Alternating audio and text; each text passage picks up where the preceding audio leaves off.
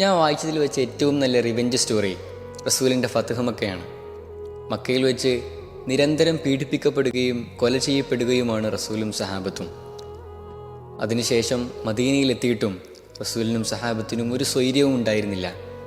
ബദറും ഉഹുദും ഖന്തക്കും ഖൈബറുമെല്ലാം മക്കാ മുശ്രിക്കുകൾ തന്നെ ഇനീഷ്യേറ്റീവ് എടുത്ത് അവർ തന്നെ സ്പോൺസർ ചെയ്ത യുദ്ധങ്ങളായിരുന്നു. അതിനുശേഷം ഹുദൈബിയ സന്ധിയിലെത്തിയിട്ടും ഒരു കരാറെന്ന നിലയിൽ മുസ്ലിമീങ്ങൾക്ക് ഒരു പ്രാധാന്യവും അവിടെയും ലഭിച്ചില്ല.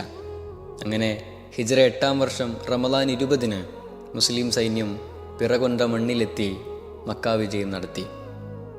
തങ്ങൾ ആട്ടിയിറക്കിയവരുടെ മുമ്പിൽ വിജയശ്രീലാളിതരായി റസൂലും സഹാബത്തും നിൽക്കുമ്പോൾ റസൂലിൻ്റെ ഒരു പ്രഖ്യാപനമുണ്ട്. ആ പ്രഖ്യാപനമാണ് ഈ റിവെഞ്ച് സ്റ്റോറിയിലെ ഏറ്റവും ബ്യൂട്ടിഫുള്ളായ മൊമെൻ്റ്.